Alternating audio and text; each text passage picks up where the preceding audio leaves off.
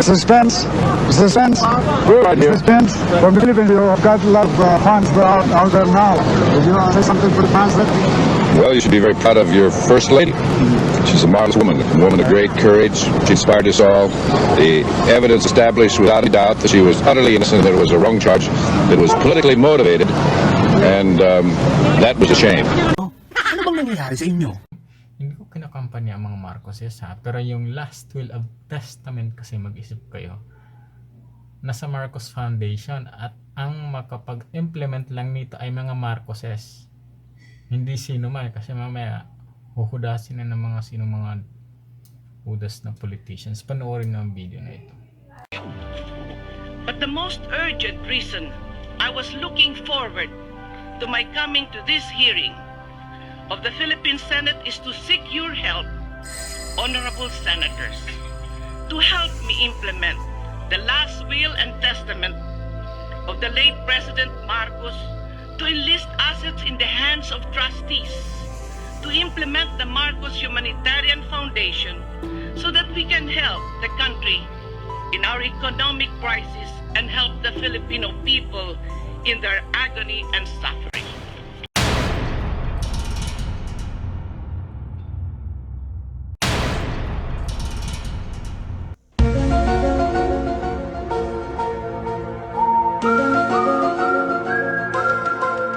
Mrs. Marcos thanked the Filipino people and everyone who supported her throughout the trial.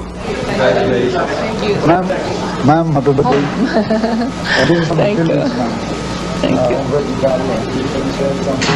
Well, I thank our team for the prayers for vindication of the Marcos and the Filipino people. Thank you. Alam niyo ba noong December 21, 1998 ay di ba nagbalik na ang mga Marcoses sa Pilipinas dahil pinagtutulungan nga sila at hindi nga pinabalik pati bangkay ng ating pangulo dati.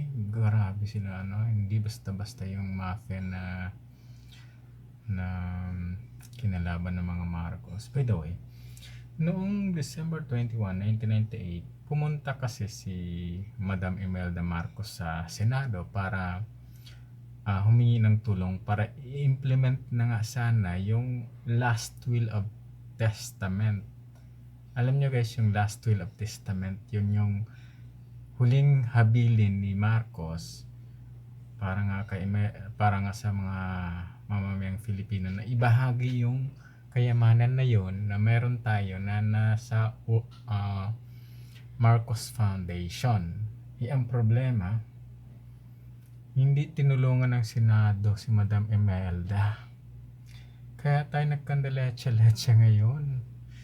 Nagiging alipin na tayo. Nakapag-aral pero alipin pa rin. Kung tinulungan lang nila ang magandang hangarin ito ng pamilyang Marcos, hindi sana tayo naghihirap. Ngayon, ang mga bitter na dilawan mafia ang humadlang sa pamana ng Pangulong Marcos para sa sambayan ng Pilipino. 30 years na delay ang ating pag-unlad dahil sa mga paninirang puri nila sa pamilya ng Pangulong Marcos. Grabe Salamat dahil ngayon gising na ang mayor niyang Pilipino. Gising na tayo mga Filipino. Sa katotohanan walang ibang hinahangad ang pamilyang Marcos kundi ang ikabubuti sana ng sambayan ng Pilipino. Pa-brainwash pa more. Nakikinig kasi kayo sa mga media ng dilawan.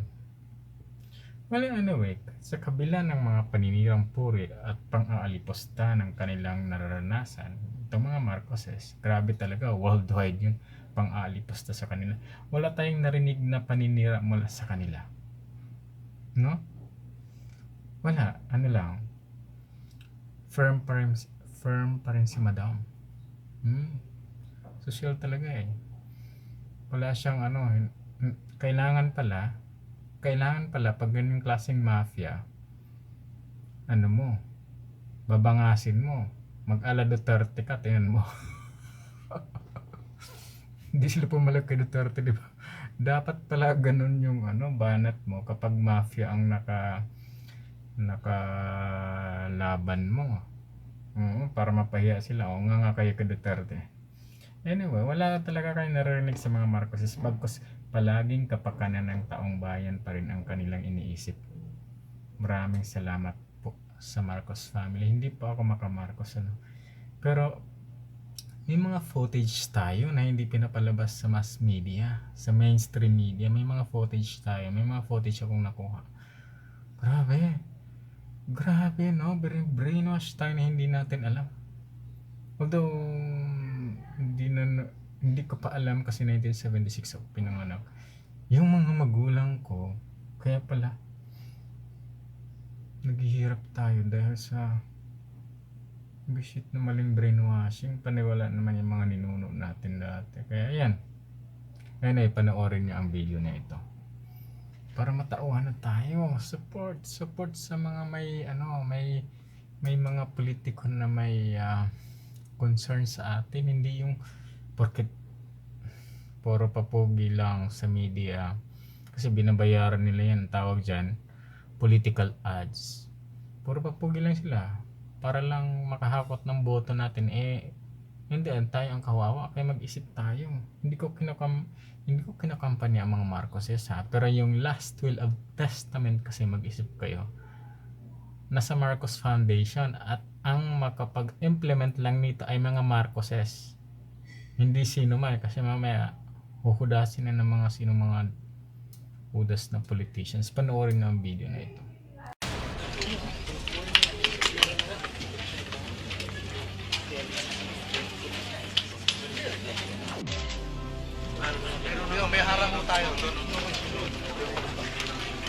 Not for an interview, but just to show her the truth that this is not an interview. But the most urgent reason I was looking forward to my coming to this hearing of the Philippine Senate is to seek your help, honorable senators, to help me implement the last will and testament of the late President Marcos, to enlist assets in the hands of trustees, to implement the Marcos Humanitarian Foundation so that we can help the country in our economic crisis and help the Filipino people in their agony and suffering. Of course, did you have an interview with Christine Herrera of the Daily Inquirer? Your Honor, the truth is that I never gave interviews. Among the names that you mentioned in this interview was the name of Lucio Tan. Again, I would like to invoke my right to remain silent. Would you kindly explain why your silence should be invoked on this questioning? First, Because of the name of Duwabit. We are only interested what is the first name of this Duwabit that you mentioned. I don't think that will in any way incriminate you, Mrs. Marcos. I think I better obey the orders of my counsel to invoke my right to remain silent. Because of the many cases, the hundreds of cases that I have in Sandigan Bayan and elsewhere. What about the name of Eduardo Cuango? The same right, Your Honor. Someone who has so much, who had gone through so much. I knew that he was pretty rich, and that is why I was telling him, why are you in politics with all this wealth that you have? Early on, almost on day one, I knew he had more money than people thought, than I expected that he had. Yes. And Share your lawyer's feeling that this is a fishing expedition. Believable. Yung nakaalay na sa sambayan ng Pilipino, aagawin pa. Ngayon hindi namin alam kung nasa Switzerland o nandito. Was referring in this interview doon sa pondo natin o yung pamana natin na noong naghari na yung mga Aquino Mafia. Di na niya malaman kung saan yung pamana natin na yon, yung records noon, kasi ang archives ng mga ganong sa government ay nasa Malacanang. So ayun, nagkandaletse-letse na yung records, kasi may mga trustees kasi niya, kaya hindi na niya malaman kung nasaan. Diba, kaya gusto nga na siya na maging presidente para mapunta at malaman niya kung sino ang may pakana at gustong kumuha ng pondo natin. Yung pamana natin sa last will of testament. Kaya lang, itong mga mafia na to, hindi nila makuha-kuha. Kaya galit na galit sila kay Imelda. Hindi nila makuha-kuha kasi hanggat nandiyan si Imelda, hanggat nandiyan ang mga Marcos, hindi nila maiisahan ang taong bayan. Diba?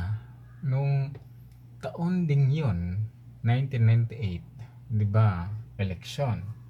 So, itong si Madam Imelda Marcos, para mai-implement nga niya yung last will of testament, yung Kayamanan na nasa Marcos Foundation, tatakbo sana siya ng pagka-presidente. Umurong siya. Bakit? Kasi grabe yung black propaganda sa kanya sa mga kalaban niyang mafia. Siniraan siya. Kaya ang ginawa niya, panoorin niya ang video na to. Umatras ang kawawang reyna ng Filipinos. Di ba karapat dapat naman siya maging reyna? Para sa akin she has the guts para maging reyna ng bansang ito. Hindi ko pinopromote ang pagiging reyna niya, pero sa tindi na mga naranasan niya, lahat buong mundo kinalaban siya, pero tingnan mo, buhay pa rin ang lola niyo. Para mga kalaban niya kinarman na, ayun, deadball na. Panoorin niyo ang video na ito. Grabe yung ginagawa nila kay Madam Imelda. But karma is real. Pansin niyo ba? Lahat ng mga kalaban niya, unti-unti nang isa-isa na silang yumao. Panoorin niyo ang video na ito. Naawala ako sa matanda Mahal ko sa bayan ng Pilipino, ako'y aatras. Sabihin na ninyo ako duwag, pero ako'y takot na merong mamatay ng Pilipino. Yan ang katotohanan. Call me whatever you want to call me. But I love the people, and I don't want them killed, even at the expense of them making a joke of me or insulting me. I will not be part of this criminal act of a bloody election where many Filipinos will die. Justice to us and harassment. When they knew that I was about to run, I had a conviction, and then afterwards disqualification. My qualification was questioned. This was the time in 1998 si Imelda gusto niya tumakbo bilang presidente, kaya nagsasobrang dami ng mga black propaganda pinagatan sa mga natin. May hinala siya na magkakaroon ng bloody election pag pinuloy niya yung pagtakbo niya. Kaya ang ginawa niya, pumunta siya sa mga royalista niya at ipaalam niya na siya'y uurong gawa ng ayaw niya na magkaroon ng patayan. Of a possible bloody election, I, Imelda Marcos, now withdraw from the presidential race on May 11, 1998. And I now call on all the Marcos loyalists and the entire Filipino people to be vigilant in the forthcoming election and to safeguard the votes so that democracy will prevail.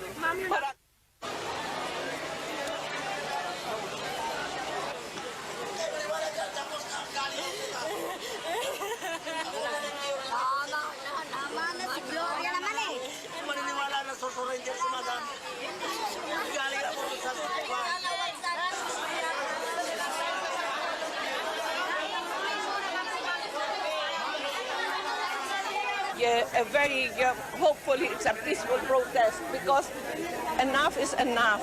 Whatever this government wants to do more, what more can they do?